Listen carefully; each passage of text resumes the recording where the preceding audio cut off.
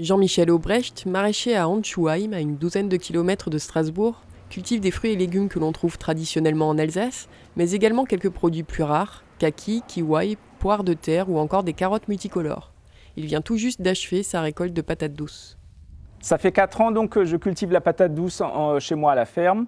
J'ai retrouvé par hasard dans un catalogue de Grainvolz il y a 4 ans donc, les premières boutures. Et donc je me suis dit tiens, ça c'est une nouvelle culture que je vais essayer. Je suis toujours amateur de nouvelles choses et donc j'ai commandé dans les 1000 plants déjà à l'époque. Et j'avais d'abord fait une préculture dans la serre avant de les planter à l'extérieur. Et maintenant, bon, la culture a un peu évolué. Je commande les plants un peu plus tard et je les plante directement en plein sol au mois de mai dès qu'il n'y a plus de gelée. Il a commandé cette année 20 plaques, soit 1600 plants. Réceptionnés mi-avril, il n'a pu les planter qu'un mois plus tard du fait de la météo exécrable du printemps.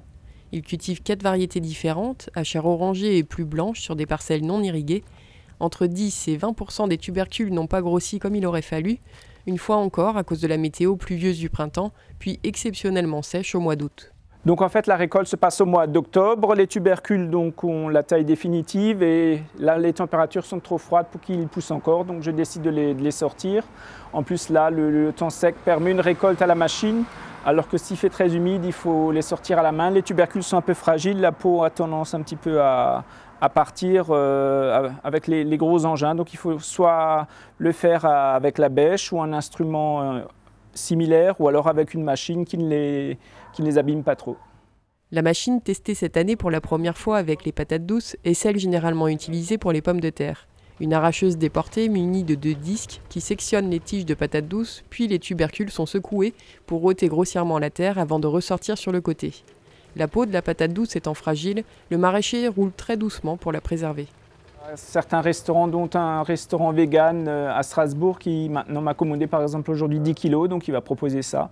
Le but c'est de proposer des légumes qui n'ont pas voyagé justement et qui ne viennent pas de milliers de kilomètres et donc de proposer du local et voilà. Donc, je ne suis pas en bio mais bon, j'essaie au maximum de ne pas traiter mes cultures. Les patates douces d'ailleurs ne sont pas traitées du tout, c'est un légume qui pousse assez facilement, sans traitement. Le seul inconvénient, ça peut être les souris ou les mulots qui grignotent la culture à l'automne.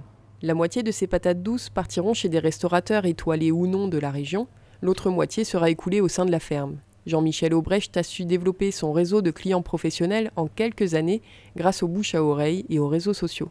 Il aime tester de nouvelles cultures et cherche constamment à améliorer celles déjà mises en place. Et normalement, après la récolte, il faudrait même les stocker pendant 15 jours ou 3 semaines à 30 degrés afin que la peau se raffermisse et qu'elle transforme l'amidon en sucre. Donc elle sera encore plus sucrée d'ici 2-3 semaines. J'en ai mis une partie sous tunnel plastique où il fait un peu plus chaud pour vérifier justement si ça fonctionne.